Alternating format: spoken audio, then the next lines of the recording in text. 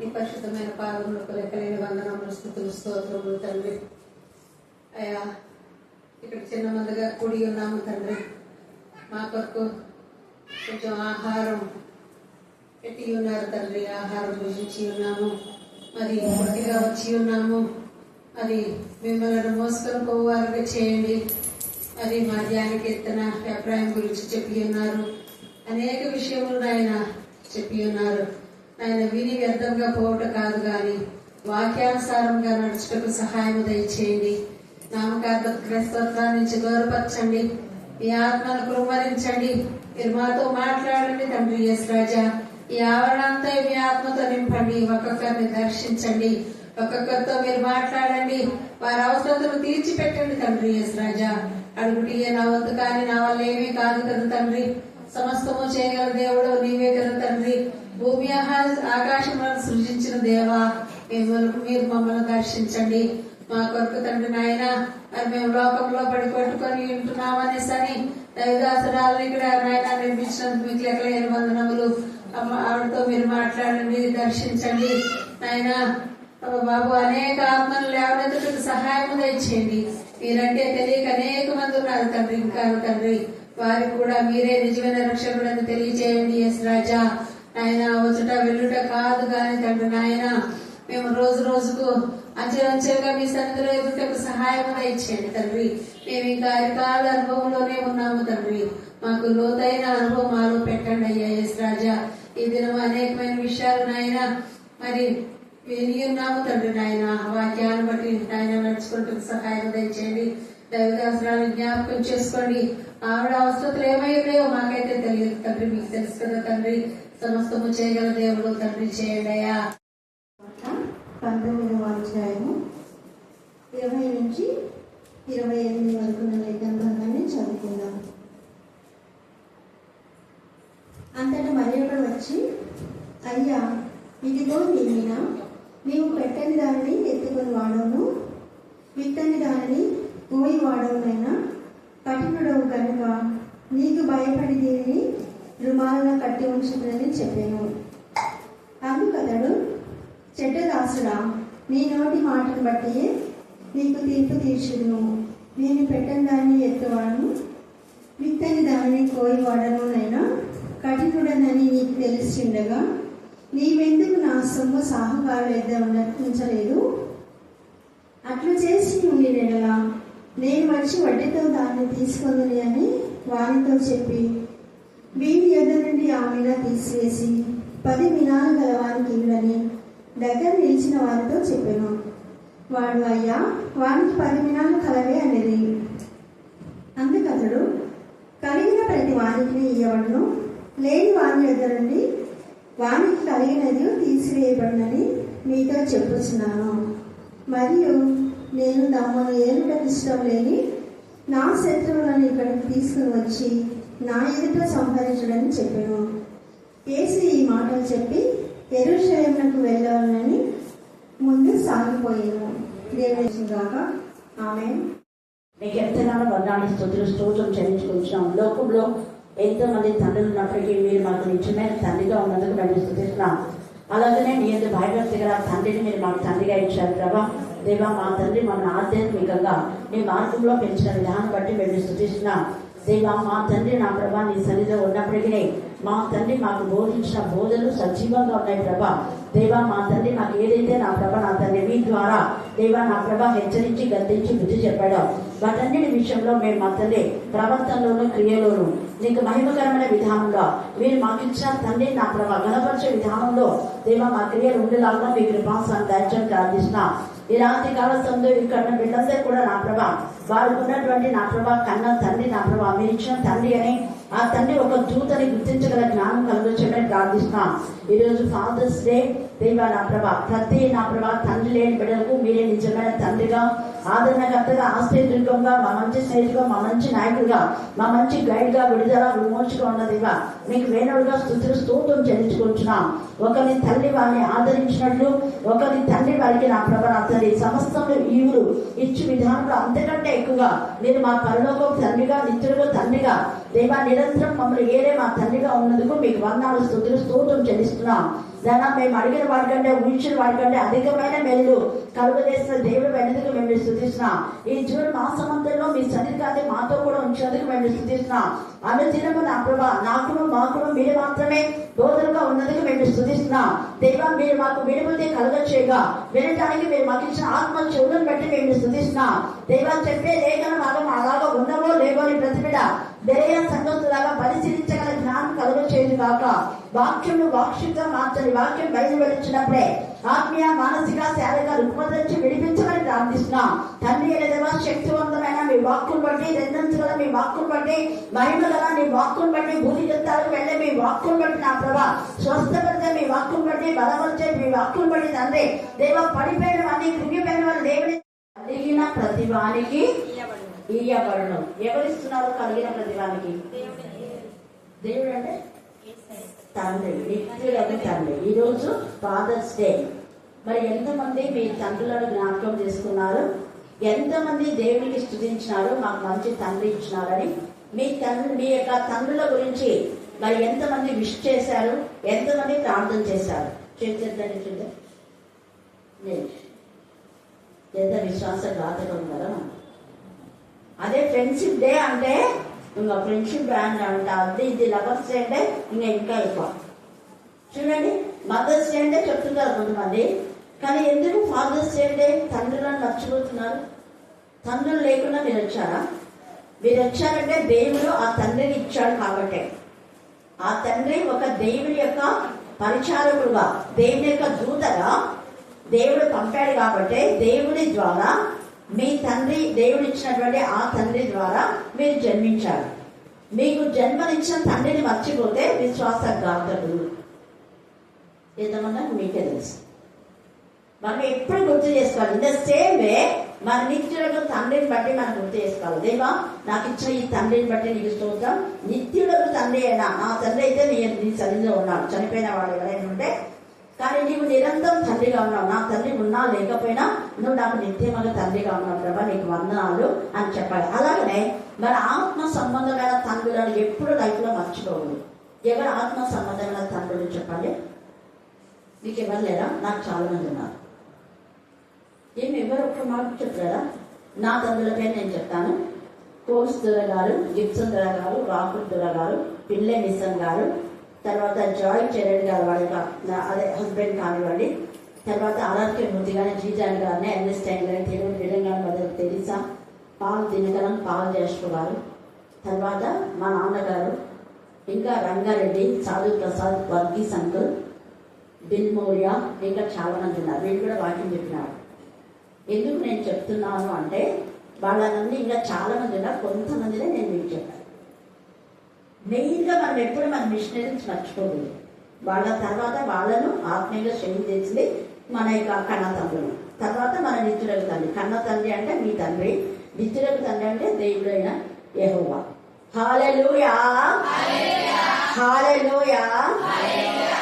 తండ్రులు అనే వాళ్ళు ఖచ్చితంగా ప్రాపర్టీని ఇస్తారు పిల్లలకు. ప్రాపర్టీ అంటే ఆస్తేనే కాదు, ఆస్తేనే కాదు, ఏదైనా ప్రాపర్టీ. నీకు విద్య ఉంది, అది ప్రాపర్టీ కాదా? ప్రాపర్టీనా? ఒప్పుకుంటారా? నేను కూలికి పంపకుండా నీకు చదివించినాడు, ప్రాపర్టీ ఇచ్చినట్టే కదా మీ నాన్న.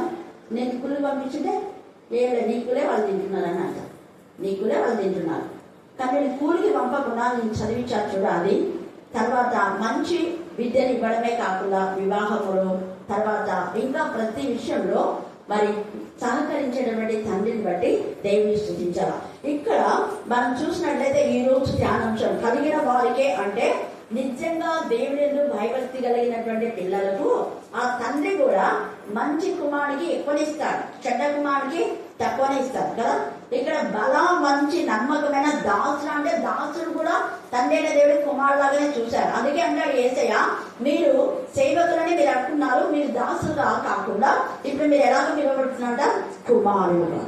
ఇక్కడ ఈ దాసులను కూడా ఈ యజమాని తన కుమారులాగానే అనుకొని, ఆ ముగ్గురు కుమారులు అనుకొని ముగ్గురు పనివారికి ఏం చేస్తాడంటే తనకున్నటువంటి ఆస్తిలో కొంత అమౌంట్ వీళ్ళకి ఇచ్చాడు. ఏమని ఇచ్చాడు అంటే మీరు దీంతో ఏదైనా వ్యాపారం చేయుడి అని. ఒకటి అది అండర్లైన్ చేసుకోండి. మొదటగా ఏమంటున్నాడు అక్కడ? దేవుని రాజ్యం వెంటనే అగుపడునని వారు తలంచుల వలనను ఆయన మరి ఒక ఉపమానం చెప్పాడు. ఏమనగా, రాజకుమారుడు ఒక రాజ్యము సంపాదించుకొని మరలా రావాలని దూర దేశంలో ప్రయాణమై తన దాసులను 10 మందిని పిలిచి వారికి 10 మీనాలనిచ్చి నేను వచ్చు వరకు వ్యాపారము చేయుడని వారితో చెప్పాను. నేను వచ్చు వరకు వ్యాపారం చేయడి అని చెప్పాను. ఇక్కడ దాసులను 10 మందిని పిలిచాడు, కానీ కొంతమందికి ఇచ్చిన దాని గురించి ఇక్కడ రాయబడింది.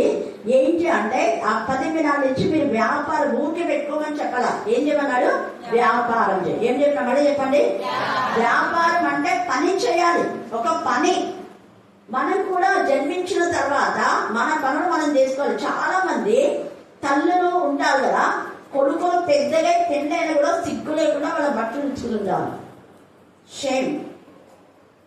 ఎందుకంటే తల్లిదండ్రులతో చేయించుకోకూడదు. నీకు చేయలేదు. మేము 5వ తరగతి నుంచి కాదు, ఇంకా చిన్నప్పటి నుంచే మా మేమే వచ్చుకుంటాం. ఈవెన్ మా నాన్న కూడా తన యొక్క వస్త్రాన్ని ఎప్పుడు మాకు ఉచ్చుకోవడానికి ఇవ్వడు. ఎందుకు నేను చెప్తున్నా అంటే, మీ తల్లిని పెంచి పెద్ద చేయడమే గొప్ప. మళ్ళీ మీ పనులన్నీ చేయమ్మా వాళ్ళు. చాలా మంది తల్లులు నేను చూసుకుంటాను, ఎన్ని బట్టలు వేసుకుని సిగ్గులు బాగా మళ్ళీ ఏం పెద్ద పనులు చేస్తున్నారు అంటే అంత తిరిగిపోతులు, తాగబోతులు, వదలబోతులు, నిద్రపోతులు, సోమబోతులు ఇదే. వాళ్ళు బాగా బట్టలు పెట్టి పెడుతుండదు. నేనంట అసలు అదే చేయకుండా వాళ్ళ బట్టి వాళ్ళు ఉతుకుంటే కొంత తాగుడు అనేది వాళ్ళు మానుతారు. ఎందుకంటే ఇంక అన్ని తల్లి చేసి పెడుతుంది, ఉదిరి పెడుతుంది, ఇంక వాళ్ళు పని పట్టలేదు. తిరగక డబ్బు వేస్ట్ చేయక, అందుకని అప్పుడు 2 జీతాలు వేసినా అప్పులు అవుతుంటాయి. ఎందుకు అప్పులు అవుతుంటాయంటే, కొడుకులను కూతురులను సరైన విధానంలో పెంచదు కాబట్టి. ఇక్కడ చాలా మంది తల్లులు ఉన్నారు, వాళ్ళ పిల్లలు పనులు చేస్తుంటారు, చదువుతో పని చేస్తున్నారు. అది ఒక కుమారుడు యొక్క లక్షణం. మన పరలోక తండ్రి కూడా మనకేం చెప్పాడంటే, మీరు పని చెయ్యండి అన్నారు. సొమ్మకొద్దుగా ఉండని చెప్పాలి.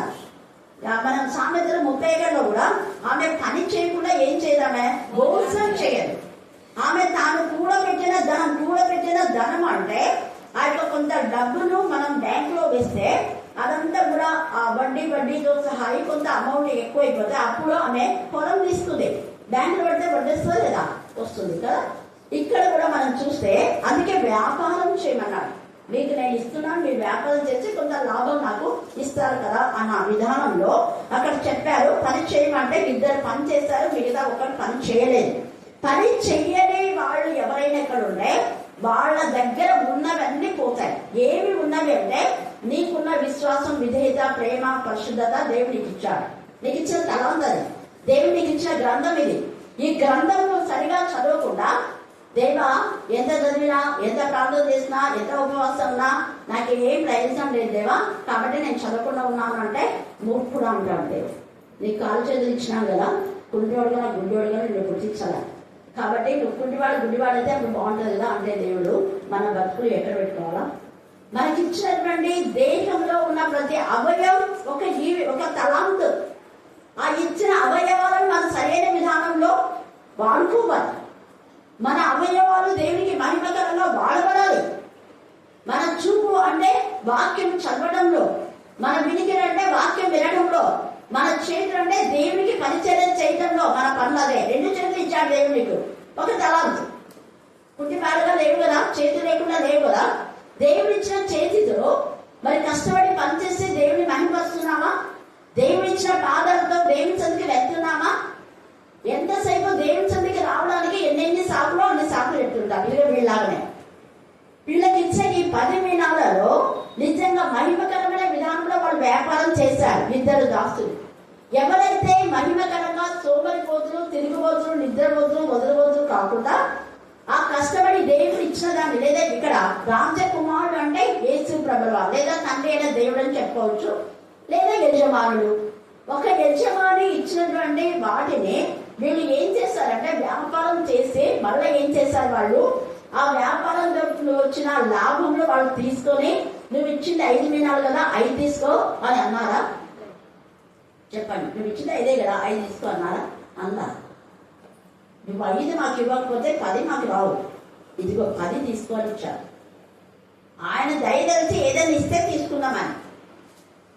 ఆ 10లో అక్కడ ఏ అర్థం చూడండి. నిజంగా ఈ యొక్క 2 ఇచ్చిన అర్థం కూడా మరి 2, కానీ 1 ఇచ్చిన వాడు ఏం చేస్తున్నాడు వాడు అంటే ఏమంటున్నాడు, ఇచ్చింది ఏదో పాపం కదా, పేదవాడు కదా అని బ్యాంకులో ఉన్న డబ్బు తెచ్చి వినిపిస్తే వీడేమంటున్నాడు, ఒక మీనా అంటే అది అదే గోల్డ్ కాయిన్ అనుకోవచ్చు, లేదా ఇప్పటికీ 1 తులానికి లెక్కేస్తుంటే 1,00,000 రూపాయలు అట్టే పెడితే వాడికి ముందుందా?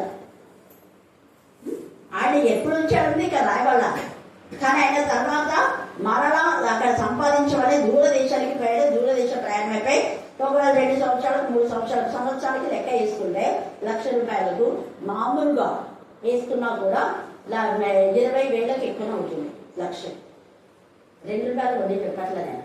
మన బ్యాంకులో వడ్డీ తీసుకున్నాం కదా, బ్యాంకులో ₹1.5 వడ్డీకి హౌస్ లోన్ అదంతా తీసుకున్నాం కదా. నీవు ఏ కొలత కొలిస్తే అదే కొలతకే మనం చేద్దాం, అదే కొలత విధానంలోనే. ఎందుకంటే ఒకప్పుడు మా అన్నల కోసం నేను కూడా తీసుకున్నాను, కానీ నేనైతే ₹2 తీసుకున్నా. అయినా కూడా నేనైతే గోల్డ్ కూడబెట్టి వేరే వాళ్ళకు ₹1.5, ఎందుకంటే కొన్ని బ్యాంకులలో ₹1.5 ఉంటారు. అలా న్యాయంగా మనం చేస్తే అన్యాయప్పుడు వాళ్ళు కదా ఇక్కడ ఉంటారు. మీరు ఏ కొలత కొలిస్తే అదే కొలత దేవుడు కొలుస్తాడు. ఇక్కడ మీరు న్యాయంగా ఇది ఇచ్చారని చెప్పి సంతోషంగా వచ్చినారు. వాళ్ళు సంతోషంగా వచ్చి ఆ యొక్క 10 మీనాలు ఇచ్చారు. అయితే వెంటనే ఏమంటాడు చూడాడు అక్కడ, అయ్యా నీ మీనా వలన 10 మీనాలు లభించనని చెప్పగా అతడు ఏమంటున్నాడు, అతనికి సంతోషమే, బలా మంచి దాసుడా నీవు ఈ కొంచెంలో, చూడండి అది కొంచెమే ఉన్నా, 10 మీనాలంటే ఎక్కువనే, కానీ ఆయన దృష్టిలో ముందు కొంచెం ఇచ్చి చూద్దాం, వీటిని న్యాయంగా ఇస్తే మళ్ళీ కొంచెం ఇద్దాం అన్న వేలో ఉన్నాడేమో తెలీదు. అయితే బలా మంచి దాసురా నీవు కొంచెంలో నమ్మకంగా ఉండేవి కనుక 10 పట్టణముల మీద అధికారం వేయడం, 10 పట్టణాలు ఇచ్చేసినాడు. హల్లెలూయా, హల్లెలూయా, హల్లెలూయా. దేవుడు మనకిచ్చిన వాటిలో మనం కూడా దశమ భాగం ఇస్తున్నామా? సమయం కానివ్వండి, లేదా అమౌంట్ కానివ్వండి, ఏదైనా మనకిచ్చిన ప్రతి దాంట్లో దశమం ఇవ్వాలి. ఎప్పుడైతే అలాగే ఇస్తామో దేవుడు ఎంత ఆశీర్వదించాడో అంత. నేను ఆశీర్వాదం పొందుకున్నాను కాబట్టి మీతో మాట్లాడుతున్నాను. ఇక్కడ కూడా ఉంది వాక్యం, యేసయ్య ఇవ్వనని చెప్పడానికి మనకు బుద్ధి రావడం కోసమే. మనం ఎప్పుడైతే అది చేస్తామో అనేక మీద మనం అడిగిన వాడికంటే ఊర్చిన వాడు 10 పట్టణాల మీద అధికారం అంటే ఎంత ఉన్నత స్థాయిలో అతన్ని హెచ్చించాడు చూడండి. కారణం ఏంటంటే అతను ఏది దాచుకోకుండా చేసిన మేళ్ళని బట్టి కృతజ్ఞత, విశ్వాసఘాతకుడు కాకుండా ఆ యొక్క యజమానిని సంతోష పెట్టాడు. అందుకని యజమాని కూడా సంతోషంతో తన యొక్క ప్రాపర్టీలో, తనకు ఒక ప్రాపర్టీ ఉంది, ఆ ప్రాపర్టీలో 10 పట్టణాలు, కొన్ని పట్టణాలు ఉన్నాయేమో, 10 పట్టణాలను నువ్వు చూసుకో, వాటి యొక్క లాభాలు కూడా నువ్వే తీసుకో అన్నట్టుగా ఇచ్చేసాడు. హల్లెలూయా, హల్లెలూయా. ఒక 10 పట్టణాల్లో వాళ్ళ చేడు నుండి ఉండొచ్చు, ఏమైనా కావచ్చు. అలాగనే ఇంకా 2 ఇచ్చిన వాణి కూడా నీవును 5 పట్టణాల మీద ఉండుమని అతనితో చెప్పాను. చూడండి, అతన్ని కూడా ఇక 2 కూడా ఇక్కడ ఈ వ్యక్తులు ఇద్దరిని కూడా మంచిగా సపోర్ట్ చేస్తున్నారు. కారణం వాళ్ళకు పని చేసే యోచన వాళ్ళకు ఉంది. ఈ రాత్రి కాలంలో దేవుడిచ్చిన రక్షణ నువ్వు నిర్లక్ష్యం చేస్తే రక్షణను కోల్పోయి నువ్వు ఎక్కడుంటావంటే ఈ వ్యక్తి నువ్వు అలాంటి వాడివి, ఇలాంటి వాడివి, నువ్వేం దేవుడివి, ఇచ్చిన వాళ్ళకి ఇస్తావు, ఆ డబ్బు ఉన్న వాళ్ళకే వస్తుంది, లేనలో మేము కూడా ఎలా ఉన్నామో తిండి తినక సరిగా బట్టలు లేక ఎలా ఉన్నామని దేవుని మీద సరుకుంటుంటా. వాళ్ళకి ఇచ్చిన నాకు తీసుకోరు. కొంతమందికి నేను జాబ్ చేయండి అని చెప్పేసి అసలు ఇంకా ఆర్డర్ కాపీ ఇప్పుడు పోతే ఇంకా మీకు ఆర్డర్ కాపీ ఇస్తారు, పోయి స్పెషల్ టీచర్గా చేరండి అని చెప్పాను మా ఇంట్లో వాళ్ళకే. కానీ మేము స్పెషల్ టీచర్గా చేయాలన్నా అన్నారు. ఇప్పుడు నాకు వచ్చే పెన్షన్ చూసి వాళ్ళు ఏడుస్తున్నారు. మా టీచర్స్ అంతే, మా చెల్లికి, మా పెద్దనకు, నేను చిన్న అంటే సర్టిఫికేట్ ఇచ్చేసి నేను పాస్ చేయగలను, ఓకే పాస్ చేయడానికి ఒక నాశనం చెబుతున్నాను, అన్నైనా ఎవరినైనా అంతే. ఎందుకు నేను చెప్తున్నానంటే మనము ఉద్యోగం చేయకుండా వేరే వాళ్ళు ఉద్యోగం చేస్తున్నారు, వాళ్ళు సంపాదిస్తున్న వాళ్ళు మాకు ఇవ్వాలన్నది చెడ్డ ఆలోచన. నిన్ను ఎవరు చేస్తున్నారు ఉద్యోగం? ఎందుకంటే మీకు ఈ మధ్య అందరి ఇదే, నీకు ఉద్యోగం ఉంది నాకు ఉద్యోగం లేదు, నీకు ఉద్యోగం ఉంది నాకు కాల్ చేసి చెప్తున్నారు చూడక్క మేము ఉద్యోగం చేస్తున్నామని వచ్చలేకపోతున్నాం, మాకు ఇంట్లో అవసరం లేదని చెప్పినక్క అని చెప్పేసి. ఎంతమంది అంటే ఇదే. ఇచ్చిన అవకాశాన్ని మనం సద్వినియోగం చేసుకోవాలి. మనం గర్వంగా అహంకారంగా ఇది చిన్న పని, అందుకే దేవుడికి చెప్పే పదం పదే చెప్తుంటాం. ఇది పెద్దది చిన్నది అనుకో. నేను ఎంఏ చదివినాను, స్పెషల్ టీచర్ చేయాలా 400. మేము 400కే తీసుకుంది. 400 ఇప్పుడు 100 కంటే ఎక్కువైంది. దేవుడు దీవించిన కూర్చొని 400 100 కంటే ఎక్కువ ఇచ్చి ఊరికే కూర్చొని తింటున్నాం. కాకపోతే కష్టపడినాం. అప్పుడు ఒంటరి ఆడపిల్లలమైనా దూరం ప్రాంతం, పాములు తేలున్న ప్రాంతం, మంచి ఇల్లులు కాదని ఊరికి అలాగా కట్టేసి ప్లాస్టిక్ కూడా ఉండదు, తలుపులు కూడా అందరూ చాలాసార్లు చెప్పారు. పాముల మధ్య నివాసం చేశాను. పాము అర్ధగంట సేపు నా దగ్గరే ఉండింది. అందరు బయట వస్తున్నారు. నేను ప్రాణం చేసినప్పుడు చెవులలో ఇట్లా పెట్టుకుంటాను, నేను పెట్టుకొని ప్రాణం చేస్తున్నా. బయట ఎవరేం చెప్పేది వినపడదు. మేడం పాము వచ్చింది, మేడం పాము వచ్చింది అంటున్నారు. కానీ నేనేం వినిపించుకోవాలా. ప్రార్థన అయిన తర్వాత నా కాళ్ళ మీద పోయినట్టు చూసా. కానీ నేనేమనుకున్నా అంటే అక్కడ ఎలుకలు బాగా తిరుగుతుంటాయి. ఎలుకలు ఏమైనా పోయింటాయిలే అనుకున్నాను. కాళ్ళకున్నాను ఎలుకలు పోయింది, ఎత్తగైతే అయింది అనుకున్నా. ప్రార్థన అయిపోయింది. నేను ఇలా చూసేటప్పుడు ఎంత పెద్ద పాము క్లాస్ ఇట్లా ఎత్తింది. నేను మంచం మీద ఎప్పుడు ఇట్లా పెట్టుకుంటుందో అట్లనే పెట్టుకున్నాను. నా చేతులు ఏమి విడగట్లేదు. అట్లనే పెట్టుకుని దాని వైపు చూస్తున్నా. ఊరికే అదే అట్లా చూస్తుంది. థ్యాంక్ యూ జీసస్, హల్లెలూయా అన్నా. అంతే, ఏమి ఎక్కువ చెప్పాలి. In the name of Jesus we have the victory, thank you Jesus అని అదే మాట. అది వెంటనే తల ఇట్లా అనేసి చుట్టుకుంటూ పోయి లోపల అదే అప్పుడు అక్కడ అంటే ఆ ఇంట్లో సెల్ఫ్లు ఏం లేవు. పెద్దది ఒకటి ఆ పెట్టెలో అన్ని వంట సామాన్లని పోపు డబ్బాలని పెట్టి దాంట్లోకి పోయింది.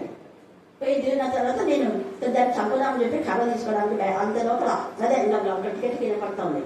తలుపు తీసేసిన పొద్దున్న మనం ఆడపిల్లలు చంపుతూ మేము చంపుతాను అంటే ఎంత లేదు. దానిలో రాగిది ఏమో పెట్టి కాల్ చేస్తాను వాళ్ళు. అది నేను రాసిన పుస్తకంలో, రెవల్యూషన్ రాసిన పుస్తకం ఉంది. దానిలో ఆ సాక్ష్యం కూడా ఉంది. ఎందుకు నేను చెప్తున్నాను అంటే దేవుడు మనం కష్టపడితే ఉన్నత స్థాయిలో ఎన్నెన్నో కష్టాలు ఉంటాయి పనుల్లో. అంతేగాని పని అంటే సుఖంగా ఉండేది కాదు. కష్టానికి ఓర్చుకోలేక మనం కష్టపడకుండా వేరే వాళ్ళ కష్టాన్ని తీసుకోవడం అది అన్యాయం. అందుకనే దేవుడు ఏం చేస్తున్నాడు అంటే కలిగిన వారికి ఇస్తున్నాడు. కలిగిన వారికి ఎందుకు ఇస్తున్నాడు అంటే వాళ్ళు కష్టపడినారు. వాళ్ళు కష్టపడారు. వాళ్ళకే అవుతుంది అంటుంటారు చాలా మంది. ఎంత అసూయ అసలు అనడమే ఇంకా పాపం. నువ్వు పని చేయకపోవడం ఒక పాపం. రెండవ పాపం, కష్టపడి పని చేసి సంపాదించుకున్న వాళ్ళ కష్టార్జితంలో దోచుకుని ఉన్నది ఇంకొక పాపం. ఇక్కడ వీరి యొక్క ఆలోచన అదే. ఏంటంటే ఆయనకు అంటుంది, ఒక్కటైనా నాకు ఇచ్చేది, నువ్వు కఠిన చూడండి. దేవుని కూడా మనం ఇలాగే అంటుంటాం. దేవుని పైన కూడా ఇలాగే విసుకుంటున్నామేమో. ఈ యొక్క రాత్రి కాలంలో మనం జ్ఞాపకం చేసుకోవాలి. ఏమంటున్నాడు చూడండి, 20 వచనం చదవండి. అంతటా మరి ఒకడు వచ్చి, అయ్యా ఇదిగో నీ మీద నీ తీసుకో, నీ రక్షణ నాకేమొద్దులే అన్నట్టుంది. విలువైన రక్షణ నిర్లక్ష్యం చేస్తే ఎట్లు తప్పించుకుంటామండి వాక్యంలో. ఇక్కడ చూడండి, అంతటా మరి ఒకడు వచ్చి, అయ్యా ఇదిగో నీ మీద నీకు పెట్టని దానిని ఎత్తుకొని వాడవును, విత్తని దానిని కోయి వాడవునైనా కఠినడు కనుక నీకు భయపడి దీన్ని రుమాల కట్టి ఉంచుదని చెప్పాను. అప్పుడు మంచిగా బాగున్నావు, నీ నువ్వు తీసుకోండి. మన వాళ్ళు కూడా అంతే, నీ నువ్వు తీసుకొని వస్తుందా. మరి అదే బ్యాంకులో మీ డబ్బులు ఉంటాయి, వడ్డీ తీసుకుంటారు. మీ డబ్బులు బ్యాంకులో పెట్టినప్పుడు మాకు వడ్డీ వద్దులే అంటావా? నీ నువ్వు తెచ్చుకుంటావా? 10,000 ఒక సంవత్సరం అయింది, నాకు వద్దులే గారు వడ్డీ 10,000 తీసుకెళ్తా అంటావా? నీకేమో వడ్డీ కావాలా, వేరే వాళ్ళతోనే ఇవ్వాలి. ఎందుకంటే చాలా మంది తప్పుడు బోధ కూడా చేసే వాళ్ళు ఉన్నారు. ఏలియా అలా చేయలేదు. అక్కడ 2వ రాజుల దగ్గరికి పోతే అక్కడ ఏం చేసిన ప్రవక్త అయినటువంటి ఆయన, ఆమె పేదరాలు, ఆమె భర్త కూడా లేరు, 2 చిన్న పిల్లలు. అయితే నువ్వు చేయలేవా? అప్పుడు నేను చెప్తాను ఆయన తీసుకురాకని చెప్పాలా? నువ్వు పోయి కష్టపడు, కాని కుండాలని తీసుకురావాలి, మీ పని. ఆ నూనె కొంచెం ఉంది కదా, ఆ కొంచెమే ప్రార్థన చేసుకొని తలుపులు వేసుకొని అదంతా నింపి అమ్మి మొదట నీ పిల్లలను చెర నుంచి విడిపించాలని చెప్పడానికి అప్పు ముందు తీర్చమన్నా. నీకు వచ్చిన దాంట్లో ముందు అప్పు తీర్చినప్పుడు మీరు బ్లెస్ అయ్యారు. అప్పు తీర్చారు, డబ్బులు వచ్చిందంటే మళ్ళీ ఏమైనా వాళ్ళ నగలు తాకట్టు పెడితే దాన్ని విడిపించుకునికా, లేకపోతే ఇంకా ఏమైనా చేయనికా, అప్పు అట్లనే ఉంటుంది. అవును, వాళ్ళు ఇచ్చారు కదా, కృతజ్ఞత కలిగి విద్దాం. ఇక్కడ ఈ యొక్క యజమాని వచ్చి ఏం అడగకపోయినా వీళ్ళే వచ్చిస్తున్నారు. వీళ్ళు కూడా ఏం చేస్తున్నాడు అంటే నువ్వు కఠినడు అంట. చూడండి ఎంత బాధాకరంగా మాట్లాడుతున్నాడు. కఠినడు కనుక మరి కఠిన అయినప్పుడు అప్పుడే ఇచ్చేసారు కదా తీసుకోకుండా. కఠిన వద్దులే, నాకు వద్దులయ్యా, వాళ్ళకి 5 ఇచ్చినావు, ఈయనకి ఇంత ఇచ్చినావు, నాకు ఒకటే వద్దు అంటే సరిపోయేదాడు. వద్దంటే సరిపోయా. నిబంధన ఏమని చెప్పాడు? పని చేయండి అన్నాడు. పని చేస్తామని తీసుకుపోయినా. నువ్వు ఏ ఒప్పందం అయితే యజమానితో చేసుకున్నా ఆ ఒప్పందాన్ని కట్టుబడాలి. గుర్తుపెట్టుకోండి. ఆ ఒప్పందాన్ని కట్టుబడకపోతే నీ దగ్గర నుంచి దేవుడు లాభిస్తాడు. అది ఇక్కడ అర్థం. ఈ రోజు మనం నేర్చుకునే సత్యం ఇదే. నువ్వు ఎవరి దగ్గరైనా ఏదైనా ఒక నిబంధనలు తీసుకుంటే దానిని నువ్వు నీ మాట నెరవేర్చు. నువ్వు మాట నెరవేర్చకపోతే ముందే చెప్పేసాయి, నేను పలా రోజు ఇవ్వలేను, ఈ కొంచెం మాకు వద్దులే అని చెప్పేసి అయిపోయిందాడు. కానీ ఇక్కడ అప్పుడు ఏమో తీసుకున్నాడు, రుమాల్లో కట్టి ఉంచింది. అంటే వానికి అస్త్రీ అనమాట. వానికి 5 ఇచ్చినాడు, వాని బతుకంతా ఇదే. వాడికి అస్త్రీ. వానికి 5 ఇచ్చినాడు, వీనికి ఇంత ఇచ్చినాడు, నాకు ఒకటేనా. మనల్ని కూడా అన్ని వాళ్ళకి చేశారు. మా ఫ్యామిలీ చాలా మంది అన్నారు. వాళ్ళ నుంచి అందరూ దేవుడిని నమ్ముకునే వాళ్ళు అందరూ స్పీకర్స్ ఉన్నారే. అంటే అందరూ ఉన్నారంటే నువ్వు కూడా మీ ఇంట్లో కూడా ఉంటారు అందరూ. కానీ దేవుడికి సమర్పించుకోవాలి కదా. సమర్పించుకుంటే అందరు మా నాన్న అలా పెంచాడు, మరి మీ నాన్నలు అలా పెంచాలి కదా. అంటే ఇక్కడ మనం ఎవరినో చూసి మనం ఈర్ష్యపడ్డం కాదు. ముందు మన హృదయంలో అలాంటి ఈర్ష్య ద్వేషాన్ని మనలో నుంచి తీసేసుకోవాలా. ఇక్కడ అందుకనే యేసు అంటున్నాడు కదా, చెడ్డదాసుడా, నేను కాదు కట్టినాడు, నువ్వు చెడ్డదాసుడు. అది నా కష్టార్జితం. నా కష్టార్జితం యొక్క విలువ నాకు తెలుసు. నేను కష్టపడ్డాను కాబట్టి. నువ్వు కష్టపడ్డా, నీకు విలువ తెలియదు. సావుకారుల దగ్గర పెట్టిన సావుకారుల దగ్గర నుంచి ఏమైందంట? వడ్డీతో సహా. ఈ మాట ఎవరు చెప్పినారు చెప్పండి? మళ్ళీ అయిపోయా. యేసు ప్రభువే చెప్పాడు, దేవుడే చెప్పాడు. అందుకే ద్వితీయోపదేశ కాండం 23లో 20 వచనంలో మీరు వడ్డీకి ఇవ్వచ్చు, కానీ ఆ వడ్డీ న్యాయమైన విధానంలో. అన్యాయపు వడ్డీ 2 రూపాయలు, 3 రూపాయలు, 4 రూపాయలు, 5 రూపాయలు వడ్డీ తీసుకోకూడదు. అది అన్యాయం. వడ్డీకి లాభములకు మీరు వడ్డీకి ఇవ్వద్దంటే ఇది వాక్యం. నువ్వు ఇంతకుముందు ఎలాగా తీసుకున్నావో అలాగనే నీకు ఒక న్యాయం, వేరే వాళ్ళకు ఒక న్యాయం ఉండకూడదు. అందుకనే అక్కడ తర్వాత నీ సొంత రక్త సంబంధికి అయితే వడ్డీకి ఇవ్వద్దని కూడా లేదు, అన్నిటికి ఇవ్వచ్చు. అన్నిటికంటే నీ కుటుంబం కాని వారికి. నేను అలాగనే మా అన్న అప్పుడు నేనే తీర్చాను. వాళ్ళు ఇంకా ఇంతవరకు ఏమి ఇవ్వకపోయినా కూడా నేనేం కింద పట్టించుకుంటాను, వడ్డీతో సహా కొన్ని లక్షలు. అది నా గోల్డ్ కొని పెట్టి మళ్ళీ నేనే అవన్నీ ఇప్పించుకున్నా. అప్పుడు అందరూ అవసరమైనప్పుడు నేనే టీచరే 2 రూపీస్ లాగా తీసుకొచ్చింది. ఎక్కడ తీసుకొచ్చింది నాకు తెలియదు కదా. ఎక్కడ వడ్డీ ఎప్పుడు నేను తీసుకోవాలి. నాకైతే నేను ఎప్పుడు తీసుకోవాలి, నా సొంతంగా ఎప్పుడు నేను వడ్డీ తీసుకోవాలి. అన్న పాస్టర్ కదా అన్నట్టుగా అది కూడా నాన్న చెప్పినందుకు నేను తెచ్చాను. నాన్న కూడా పండిస్తున్నా. నాన్న కూడా ఎప్పుడు తీసుకోవాలి, నాన్న తీసుకోవాలి, నేను తీసుకోవాలి. కేవలం రూపాయలు అన్న విషయంలోనే అప్పుడు తీసుకొచ్చినప్పుడు నిజంగా అక్కడ ఉంది ఆ మాట. అయితే తర్వాత చూడండి, నేను వడ్డీకి తెచ్చి ఇచ్చినా కూడా నేను వడ్డీ అడగలేదు. ఇచ్చిన అమౌంట్ కూడా ఇంతవరకు తీసుకోలేదు. ఎందుకు చెప్తున్నానో మీరు అర్థం చేసుకోవాలి. ఎవరికి ఇవ్వాలా, ఎవరు తీసుకోకూడదు అన్నది ఇక్కడ ఉంది వాక్యం. తర్వాత వడ్డీకి మనం లాభాల కోసం మనం వడ్డీ వ్యాపారం చేయకూడదు. కొంతమంది వ్యాపారంలో వడ్డీ వ్యాపారం చేస్తుంటారు. ఏం పని కాట లేకుండా ఆ వచ్చే వడ్డీతో కూర్చొని తింటుంటారు. అది కూడా తప్పే. అందుకనే మత్తయి సువార్త 23:23లో న్యాయము కనికరమును మీరు మర్చిపోయారే అని అంటాడు. న్యాయము కనికరం. ఇదే లేవియా కాండంలో కూడా 12వ అధ్యాయంలో కూడా ఆ మాట రాయబడింది. ఎందుకంటే అదే పవన్ వాళ్ళ అమ్మ అడిగింది నన్ను, అక్క డబ్బులు 40 లక్షలు తీసుకున్నారక్క, వాళ్ళు వడ్డీ ఇస్తామన్నారు, ఇంతవరకు అసలే వడ్డీ కదా అడుగున్నా అని. అడగమ్మా, ఏం పర్లేదు, వాక్యంలో ఉంది కదా అమ్మ. వాక్యంలో ఉంది కాబట్టి అడుగు తప్పేది. వాళ్ళు అలాగే తీసుకున్నప్పుడు అలాగే ఇవ్వాలి. మనం ఏం ఒప్పందంలో వేసుకున్నా నీ ఒప్పందానికి నువ్వు కట్టుబడాలి. 23:23 చదవండి మత్తయి సువార్త.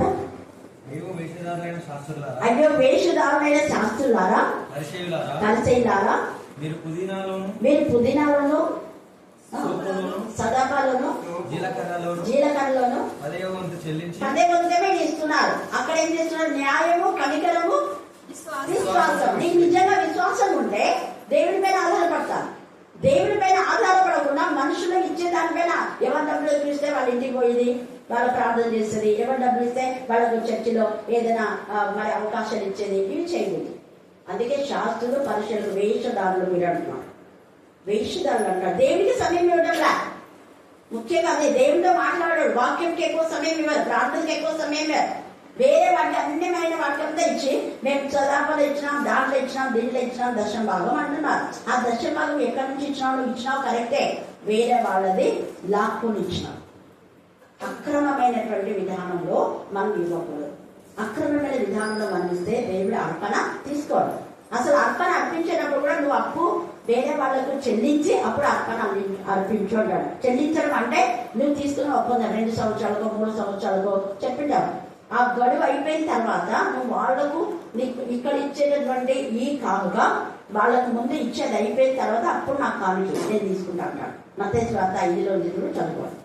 అర్పణ అర్పించేటప్పుడు నీకు నీ ప్రతి వారికి ఏమైనా ఉంటాయి, ముందు వాళ్ళతో వెళ్ళి సమాధానపడు. వాళ్ళకి చెప్పి మళ్ళీ ఇస్తామని ఏదో ఒకటి చెప్పు. లేదా ఇదిగో ఇంత ఇవ్వలేను, 1 లక్ష ఇవ్వలేను, ఇదిగో ఈ 10,000 తీసుకోలేదు. అక్కడ ఇచ్చేసి సమాధానపడి ఇక్కడ వచ్చి నువ్వు 5,000 కట్టు, 1000 కట్టు, 5 రూపాయలు ఇవ్వు, 10 రూపాయలు ఇవ్వు, దేవుడికి అది రూపాయలు విశ్వాస చేయాలి. హల్లెలూయా, హల్లెలూయా. అందుకనే లేఖన భాగంలో మనం పదే చదవరు. కొంతమంది వాళ్ళు ఇయ్యరు డబ్బులు, వాళ్ళు ఇవ్వకుండా వడ్డీకి వచ్చినా అని మాట్లాడుతుంటారు. వాళ్ళ దగ్గర ఉన్నాయి డబ్బులు, వాళ్ళ దగ్గర లక్షలు ఉంటాయి. అందరు కాంకులు ఇస్తే లక్షలు ఉంటాయి లేదా? మరి ఎవరికైనా పేదలకు మీకు ఎవరికైనా ఇచ్చినారా? సేవకులు ఎప్పుడైనా తీసుకున్నారా? పోయి అడగండి, ఒక 5,000 ఎక్కువ ఉంది, 5,000 ఏంటి సార్, ఒక 10 ఏళ్ళకి ఇస్తామన్నది, ఇస్తారేమో చూద్దాం. వాళ్ళు ఇవ్వరు, కానీ మళ్ళీ మా గొప్ప మాట్లాడుతుంటారు. కొంతమంది గురించి నేను చెప్తున్నా, అందరి గురించి కాదు. తర్వాత చూడండి ఇక్కడ ఇంకోటి యోబు 22:20 చదవండి. యోబు 22:21.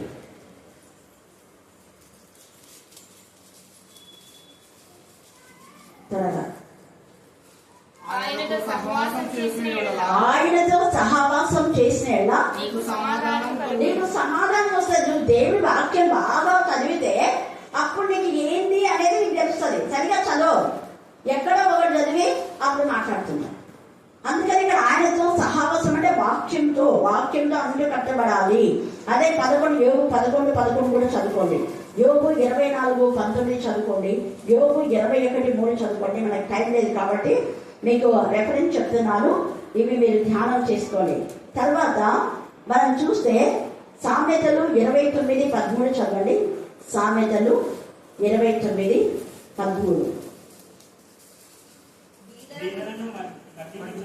బీదలను వడ్డీకిచ్చు వారును కలుసుకుందరు, ఇద్దరిని ఉభయకు వెలుగునిచ్చేవాడు. అంటే వడ్డీకిచ్చే వారికి నేను వెలిగిమని చికెన్ ఇస్తాను అన్నాడా? లేదు, వాళ్ళకి ఇవ్వమని దేవుడే చెప్తున్నాడు ఇక్కడ. అందుకనే ఉభయలో కలుసుకుంటారు, ఇద్దరికి వెలుగునిచ్చేవాడు ఆయనే అంటున్నాడు ఇక్కడ. న్యాయబద్ధమైన విధానంలో మీరు బ్రతుకోడు. వాళ్ళ కష్టార్జితం కదా, నువ్వైతే తెచ్చుకుంటావే బ్యాంకులో, మరి వేరే వాళ్ళకి ఎందుకు మాట్లాడతావు? ఎందుకో దేవుడు ఈరోజు అది మనము వరుస క్రమంలో ఇది ధ్యానం చేసుకుంటున్నాం. ఈరోజు నాకు చాలా మంది ఇదే షేర్ చేసుకుంటారు. చూడక్క మేము ఇచ్చాము, వడ్డీ ఎదుగుతున్నారు. ఎందుకు మన మధ్య మోషన్ అయితే కుమిలిపోతున్నారు. 1,00,000 రూపాయలు తీసుకుని సొంతలే, మళ్ళీ వేరే వాళ్ళు కాదు, సొంతలు 1,00,000 రూపాయలు తీసుకొని వాళ్ళ 10,000కు 75,000 వడ్డీ అయిందంట. 10,000కు 75,000 అంట. 1,00,000 రూపాయలు తీసుకొని నీ 1,00,000లో 75,000 పట్టుకొని నీకు ఇదిగో ఈ 25,000 తీసుకున్నారంట. 2017 తీసుకున్నాం కాబట్టి 8 ఏళ్ళు అయింది. 8 ఏళ్లకు 10,000కు 75,000 అంట. బాగుందా లెక్కలు? బాగున్నాయి కదా లెక్క? మన లెక్కలు ఇలా ఉన్నాయి. దేవుడు ఊరుకో. నేను అదే అన్నా, ఏదో పాపం కదా అని ఆడపిల్లలు సంపాదించింది, వాళ్ళు కష్టంలో ఉన్నారు కదా, నాకేదో 10,000 సాయం తీసుకున్నాడు అన్నట్టు అన్ని ఇచ్చినాడు. నేను అన్న నిజంగా దేవుని దగ్గర ప్రాణం చేసి నీ 10,000 పట్టుకొని 90,000 తీసుకొని అంటే బాగుంటున్నాయి. మనలో అంత ఆలోచన రాదు. అడుగుతున్నారు కదా, పాప ముందే దగ్గర బ్యాంకులో పెట్టే పిల్లలు పెళ్ళిళ్ళప్పుడు వస్తుంది, వాళ్ళ దగ్గర వస్తే బ్యాంకులో పెడితే ఎంత కొంత ఉంటుంది అని ఇద్దరు మరి ఇచ్చినాడు, రూపాయికి ఇచ్చినాడు, 2 రూపాయలకి ఇచ్చినాడు తెలియదు నాకు అని అనుకుని ఆశపడినాడు. అన్న ఇలా చేయొద్దండి, దేవుడు అయితే వాళ్ళకి తక్కువ చేయాలి. ఖచ్చితంగా వాళ్ళ దగ్గర నేను అదే ఇద్దాం, వాళ్ళ దగ్గర నుంచి ఖచ్చితంగా పోతుంది. ఇక్కడకు వచ్చినాక ప్రేర్ చేసినాక అది కూడా మొన్న రీసెంట్గా 25,000 ఇచ్చినారు. ఆ రోజు దేవుని సందులో అందరూ ప్రేర్ చేయండి అంటే 25,000, లేకపోతే ఎన్నిసార్లు అడిగినా లేవన్నమాట. ఇక్కడ తేటగా పరిశుద్ధాత్మదేవుడు వడ్డీకి ఇచ్చి వారికి తర్వాత వాళ్ళు ఇస్తున్నారు కాబట్టి 30,000కు దేవుడు ఏం చేస్తున్నాడ? వెలుగు న్యాయమైన విధానంలో వర్తించిస్తే నీ జీవితం దేవుడు ఆశీర్వదిస్తాడు. అప్పు లేకుండా దేవుడు నిన్ను దీవిస్తాడు. అది ఆశీర్వాదం అన్నమాట, న్యాయంగా ఉంటే. అదే సామెతలు 3:27, సామెతలు 3:28, తర్వాత సామెతలు 13:7, సామెతలు 12:20 చాలా ఉన్నాయి వీటి గురించి. అవన్నీ మీరు చదువుకోండి, టైం లేదు ఇప్పుడు. దేవుడు ఈ లేఖన భాగాన్ని దీవించి కలిగిన వానికే దేవుడు ఖచ్చితంగా ఇస్తాడు. మళ్ళీ చెప్తున్నా, కారణం ఏంటంటే కలిగిన వాడు ఇక్కడ ఇచ్చాడు. కలిగిన వాడు దాచుకోకుండా పాపం మీరు వ్యాపారం చేయడం ఇచ్చారు. మరి కృతజ్ఞత అనేది ఉండాలి కదా. కృతజ్ఞత లేదు కాబట్టి వీడికి ఇవ్వాలి. వీళ్ళ కృతజ్ఞత ఉంది కాబట్టి యజమానుల యొక్క మంచితనాన్ని వాళ్ళు గమనించినారు. అందుకనే వాళ్లకు ఏం చేసినారంటే 10 పట్టణాలు ఇచ్చాడు. ఈ రాత్రి కాలసందు నువ్వు మేలు పొందుకొని కీడు చేస్తే నీకు వచ్చేది కీడే. ఉన్నది కూడా పోతుంది, ఉన్నది కూడా పోగొట్టుకుంటాడు, చెడ్డ దాసరాన్ని అనిపించుకుంటాడు. మీరు ఏ పద్ధతి ప్రకారం ఇక్కడ వర్క్ చేయమన్నాడు, అక్కడ పని చెయ్యండి, వ్యాపారం చేయండి అన్నా. వ్యాపారం చేసి వచ్చిన లాభాలు నేను యజమానికి ఇవ్వాలి. అందరు పనులు పెట్టుకునేది ఎందుకు? లాభాల కోసమే పెట్టుకుంటారు, అవునా కదా. ఎంతో కొంత లాభం వస్తుందని పని చేయించుకుంటారు. ఆ పని చేయడం ద్వారా వాళ్ళు మీకు కూలిస్తారు, వాళ్ళ కొంత ఆ పని వాళ్ళ యొక్క పనుల్లో వాళ్ళకు వెసులుబాటు అవుతుంటుంది. కాబట్టి ఇది దేవుడి యొక్క నియమం, మనుషుల యొక్క నియమం కాదు. దేవుడి నియమం ఒక ప్రవక్త యథార్థంగా న్యాయంగా చెప్పాడు, కానీ ఎగ్గొట్టి ఒక పని చెప్పాలి. ఆమె విధ్వరాలు, పిల్లలు చిన్నపిల్లలు పని కూడా చేయాలి. యాక్చువల్గా అయితే వద్దులే అప్పులను నిలిపిస్తారని చెప్పలేదు, నేను డబ్బిస్తానని కూడా అనలేదు. న్యాయమైన పని చేయమన్నా. కాబట్టి కష్టపడి పని చేయండి, సంపాదించాలి, ఒక్కరిది ఆశించవద్దు. దేవుడు లేఖన భాగం దీవించి ఆశీర్వదించుగాక. ఆమేన్ ఆమేన్ అన్న చివరి ప్రార్థన. సర్వకారుడైన దేవుడు, పరిశుద్ధుడు పరిశుద్ధుడు పరిశుద్ధుడైన వీణాడు పూర్వకు వచ్చిన మా దేవుల రక్షక, మీకు అనేకమైన వందనాలు, స్తుతులు, స్తోత్రం, మీకు స్తోత్రం, మీకు స్తోత్రం, మీకు స్తోత్రం, మీకు స్తోత్రం, మీకు స్తోత్రం, మీకు స్తోత్రం, మీకు స్తోత్రం. నేటి సోమవారం సోమవారం వరకు రెక్కల చాటును వరపరిచి నేను స్తుతించి నేను గణపరిచి నేను న్యాయపరిచి విధానం బట్టి వందనములు, స్తుతులు, స్తోత్రం, మీకు స్తోత్రం, మీకు స్తోత్రం, మీకు స్తోత్రం. నాయన ఈ దినం చూడలేక ఎంతో మంది నాయన మద్దతు మంది అయిపోయారు ప్రభు. నీ ప్రేమ చేత, నీ కృప చేత, నీ ఆజ్ఞ చేత మమ్మల్ని నాయన బ్రతికించి నీ సన్నిధిలో నడిపించిన విధానాన్ని బట్టి కూడా నీకు లెక్క లేని వందనాలు, స్తుతులు, స్తోత్రాలు చెల్లించుకుంటున్నాం ప్రభా. మరి నేను తల్లిదండ్రుల గురించి ఎంతమంది ప్రార్థిస్తున్నారో తెలియదు ప్రభా. అయ్యా మీరు మాత్రం ఆయన అభివృద్ధి చేసిన విధానం బట్టి వందనాలు, స్తుతులు, స్తోత్రాలు చెల్లించుకుంటున్నాం ప్రభా.